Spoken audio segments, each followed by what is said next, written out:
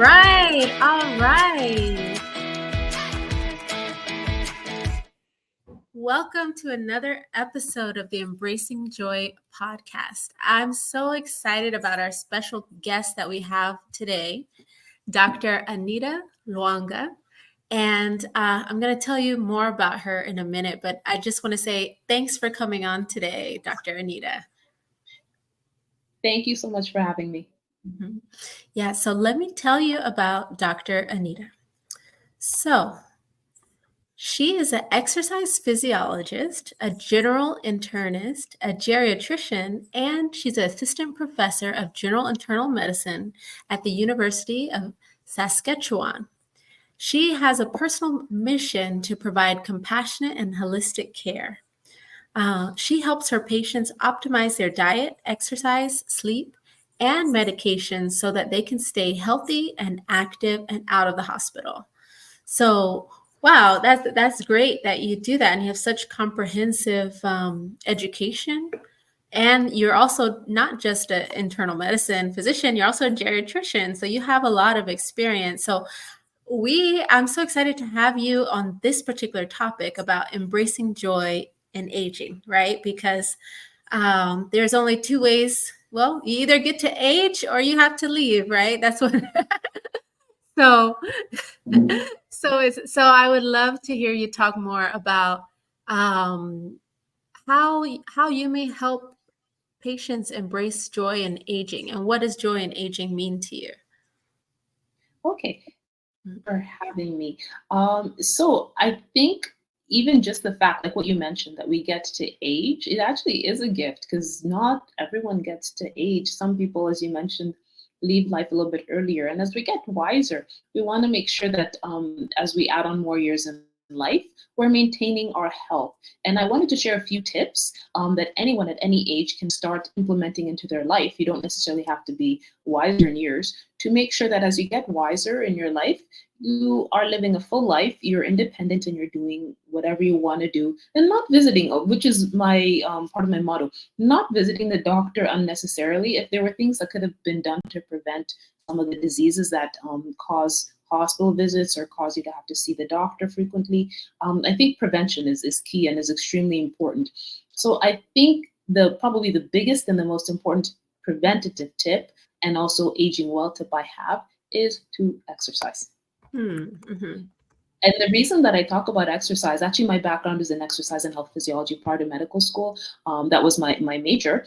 And I learned so much about the benefits of exercise. And this was like in the early, I just finished high school in the early 2000s. And I was talking to physicians at the time, like I have family that are physicians, and I told them about some of the stuff we're learning. And that wasn't necessarily in mainstream medicine, but now it is. So it's very interesting how I think in Western medicine, we've kind of in a more holistic view of the way we manage disease and manage various conditions, and exercise is one of the big things. In terms of exercises, the benefits are incredible. There are studies that show for people that exercise more, even if you have a pre-existing condition like diabetes, high blood pressure, if you're able to lose weight through exercise, it's easier to control these conditions. Even for individuals that have, say, depression or various psychiatric conditions, with exercise, people tend to have slightly better outcomes. It's not necessarily that it's a drug, but if you look at the science behind it, exercise releases pseudoendorphins. So it's almost like you get this high or this like feel good chemical, and you want to exercise and you feel better. And if you have depression, you feel better.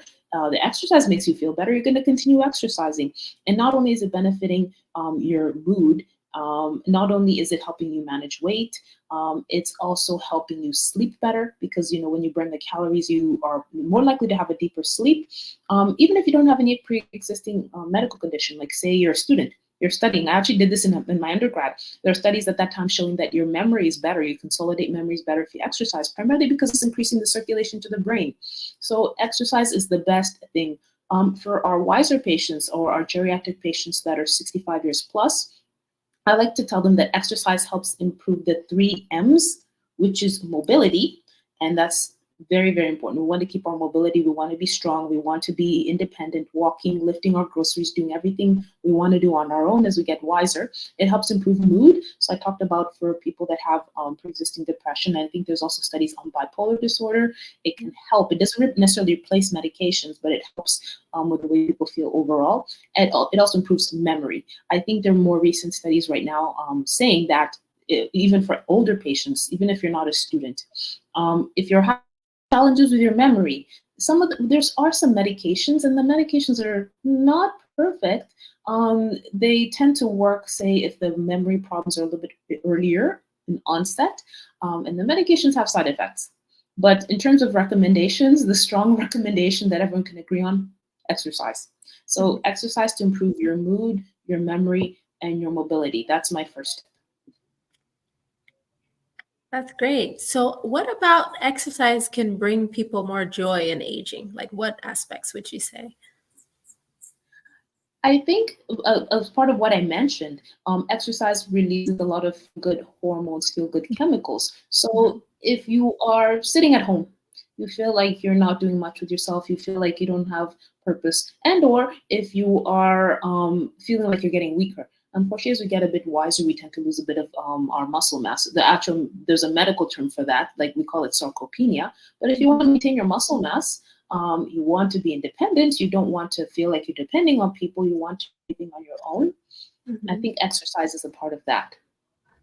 Definitely, definitely. So, how about for yourself? Like, have you found that exercise or having that exercise routine in your life has helped improve the joy in your life, and you're looking forward to your day?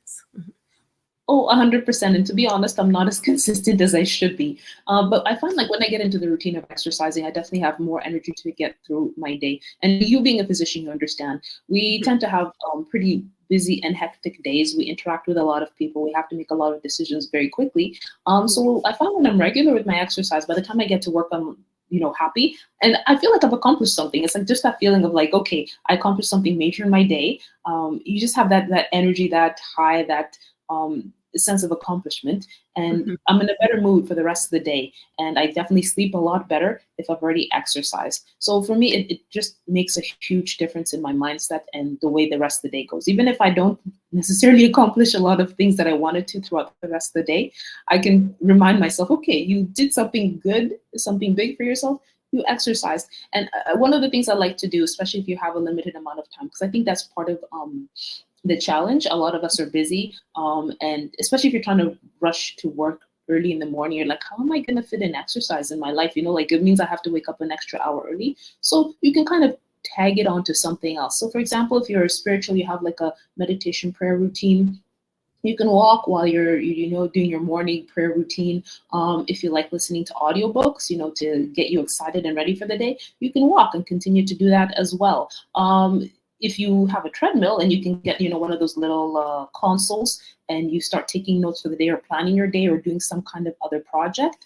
If you don't necessarily want to be that serious when you're exercising, or it's not like a morning thing, I also like to suggest to people you can take it on to another favorite activity, such as watching Netflix. Find your favorite Netflix series, and you'll be surprised how long you can work. I think I used to do that when I was still in training. I found that it was a treat to have some time off and a treat to also exercise. So I bribed myself essentially by watching some whatever series, and like an hour and a half later, I'm like, no, I still want to walk. And you've done your exercise, and you're still enjoying your series. You're making the most of time, even if it's downtime. Those are great tips. Yeah, definitely great tips to incorporate, because it just make it easier for yourself and coming up with ways to do something you enjoy while you're also exercising. So that's nice. I like the idea of watching the show, or maybe getting up during the commercial breaks of your show. And if you notice that you're doing, oh, I'm doing jumping jacks during the commercials of my show, and the commercials come on very frequently, so you'll realize that you actually do get a lot of movement. And yeah, so I like the examples that you had as well, especially the walking. Um, so Tell me more about, we have, some people are wiser or older and maybe have joint pain and they may say, oh, because of this joint pain, I can't exercise. What would you say for someone that says that? I think that goes to my second tip in terms of aging gracefully or, you know, aging joyfully. Make sure you see your doctor regularly. Even myself as a physician, I'm not excited to go see the doctor. I don't like needles. I still don't like needles. Mhm. So going to the doctor can be very anxiety provoking. But it's important as we get wiser to make sure we see our doctor regularly and we stay on top of various medical conditions. And there are guidelines in terms of as we hit certain milestones in our life, we're supposed to have certain tests taken. For example, checking for cholesterol, checking for heart problems, checking for thyroid problems, checking if we have diabetes, that kind of thing. So for somebody who has joint pain, they should talk to their doctor. And even as we get wiser, we should make sure that we're seeing our doctor regularly to make sure that they're staying on top of screening, say for cancer. That's what one of the conditions, or what I kind of meant by doctor regularly. In addition to screening for the heart conditions, we have to screen for cancer, certain milestones, and or say, for example, if you have a history of smoking, even if you quit, you might still be a candidate to have a CT scan to look for lung cancer. So going back to the specific example of somebody that's having joint pain, I think the best thing to do would be to start to talk to your doctor, first of all. And if it's something that's, say, osteoarthritis due to wear and tear due to, say, the years of trauma to your joint, they might say, start with Tylenol or ibuprofen. They might consider ordering x-rays. They'll do a physical exam. And then based on that, they can help you manage the pain. Once your pain is managed, then you can exercise. Once you exercise, then you get all the benefits of exercise. So it's wonderful. But I do not negate the challenges of having chronic joint pain. I don't think it's necessarily fair. And as us as physicians, I don't think we'd expect our patients that are having chronic joint pain to go and, walk like 5-6 miles. That's not realistic. Mhm. Definitely. So I have some final wrap-up questions for you, doctor. So the first question is, who is a model for joy in your life? It could be someone imaginary, it could be someone that you know personally, but who would you say is a model for joy for your life and why? I like that question. I think the biggest model for joy I have is one of my nieces, Petra. She's an extrovert. And to be honest, I'm not an extrovert, but I just watch her in amazement because she's just happy. Like, she's a little bit older now, she's 10. But even as a baby, she'd wake up, she'd just be like jumping on her bed and laughing. Like, anything, simple things make her happy. You can give her like ice cream, she's happy. Small things, like even as a baby, like anybody that knows babies, you give them a box, they're so excited about the box, they don't care about the toy. Like, small things make them happy. The wrapping paper, the crinkly noise of the wrapping paper, or even just a small gesture makes them so happy. And for her, I think she's a tween right now, so things like being able to steal her mom's phone and like secretly send the rest of the family messages. I'm like, she's laughing after the messages if this is the funniest thing in the world. And her mom afterwards comes and is so mad. And I'm like, this is hilarious because she's like still enjoying her life. And I think at one point in time, she was playing with her mom's makeup. I'm like, this, kids are just so happy. So her in particular, her ability to find joy and to laugh at things that seem so mundane really challenges me to be less serious and just enjoy my life more. I love that. And I love how she's sending messages to the family and just having the time of her life. So, tell me, if you were baking a cake of joy, what would be the three top ingredients in your recipe? Wow, if I was baking a cake of joy, definitely something sweet, anything sweet, chocolate, any kind of sugar you have for me, even if it's fake sugar, it has to be in my cake. I think probably this is probably not an ingredient, but I think sunshine. I just love the heat. I like being in a warm place, a warm tropical place. If there's a beach, there's sand, there's water. So I'm going to take like an island, any kind of island with sunshine will be in my cake. And I'm trying to think about the third ingredient. That is, wow. Music. I guess Music. music. Oh, that's a good Mhm. one. Yeah, I like that. Awesome. So your cake is going to have sugar, Uh-huh. music, and a beach. That sounds amazing, actually. Yeah. So, we have a game that we usually play in the beginning, but in your case, we're going to play towards the end. And it's a quick game called Convergence to see if we're just on the same page. And you're just going to say the first word that comes to your mind when we count to 3. You ready? Okay. Mm-hmm. 1, 2, 3. Vitamins. You say the first word Red. that comes to your mind. Friend? Sorry, red. Red. Okay, so red and vitamins, something that puts them together. Okay. Ready? 1, Mm-hmm. 2, 3. Strawberries. Apple. Apple and strawberries. Okay, something that puts apple and strawberries together. I think we can do this one. Wow. Okay, you ready? Okay. Mm-hmm. 1, 2, 3. Fruit. Juice. What did you say?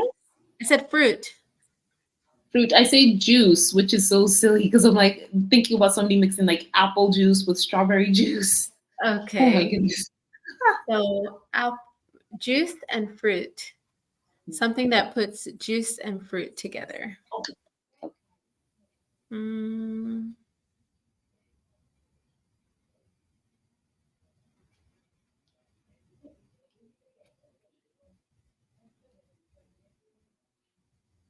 Okay, ready?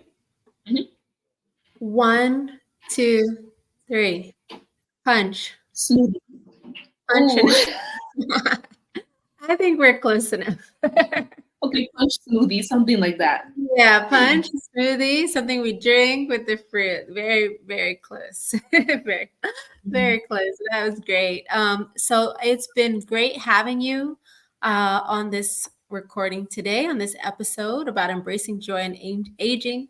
Thank you so much for the wonderful tips for all of our listeners.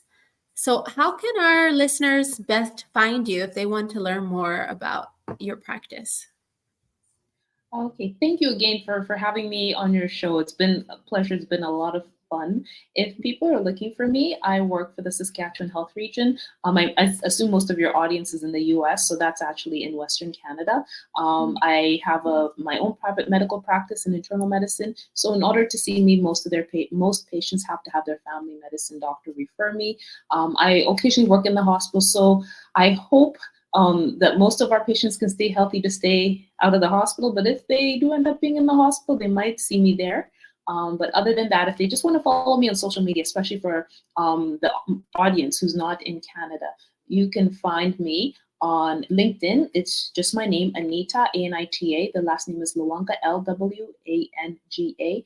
I'm on Instagram at Lwanga MD. I think I'm on TikTok as well at I think it's Dr. Lwanga.